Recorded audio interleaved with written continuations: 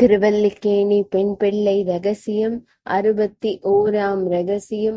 பேராயிரம் சொன்னேனோ பீஷ்மரை போலே. தேவோ நாம சஹஸ்ரபான் என்றும் பேராயிரம் கொண்டதோர் பீடுடையன் என்றும் எம்பெருமான் போற்றப்படுகிறார்.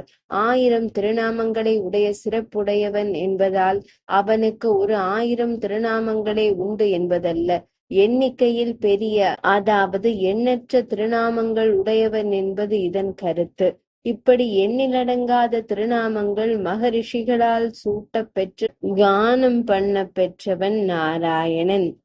எம்பெருமான் அத்திருநாமங்களில் ஓர் 1000 தேர்ந்தெடுத்து தொகுத்து சாக்ஷாத் நாராயணரின் அவதாரமான வியாச மகரிஷி அழகிய நவரத்ன மாலையாக ஒரு துதியை அமைத்தார்.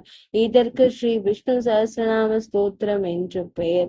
இது ஸ்ரீ கிருஷ்ணாவதார பெருமை பாடும் இதிகாசமான மகாபாரதத்தின் சாரமான ஒரு பாகமாக பார்க்கப்படுகிறது. பாரத யுத்தம் முடிந்த பின்னர் பிதாமகரான பீஷ்மர் அம்பு படுக்கையில் தமது முடிவை எதிர்நோக்கி படுத்திருந்த போது ஸ்ரீ கிருஷ்ணருடைய நியமனத்தின் பேரில் தர்ம சூக்ஷ்மங்களை அவரிடம் வேண்டி தர்மபுத்திரர் பல கேள்விகளை கேட்க அவரும் பதில் கூறி வருகையில் கோ தர்ம சர்வ தர்மானாம் பவத பரமோ மதக கிஞ்சபன் முச்சதே ஜந்து ஜன்ம சம்சார பந்தனாத். உமது கருத்தில் எந்த தர்மம் மிகவும் உயர்ந்தது?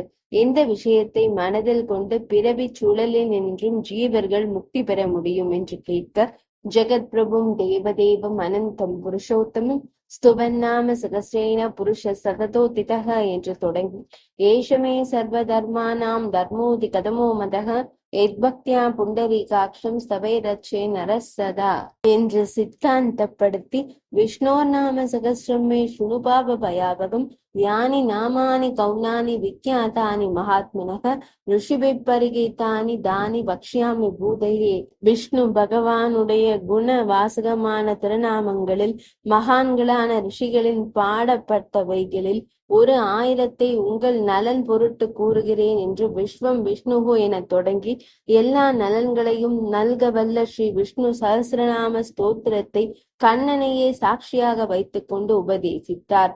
இந்த திருநாம சங்கீர்த்தனம் மூலம் செந்தாமரை கண்ணனை பக்தியுடன் அர்ச்சிப்பதே மேலான மோட்ச சாதனம் என்றார். இப்படி யாவரும் உய்யும்படி பீஷ்மரை போல் பேராயிரம் சொன்னேனோ என்கிறார் அம்மையார். 61ஆம் ரகசியம் நிறைவடைந்தது.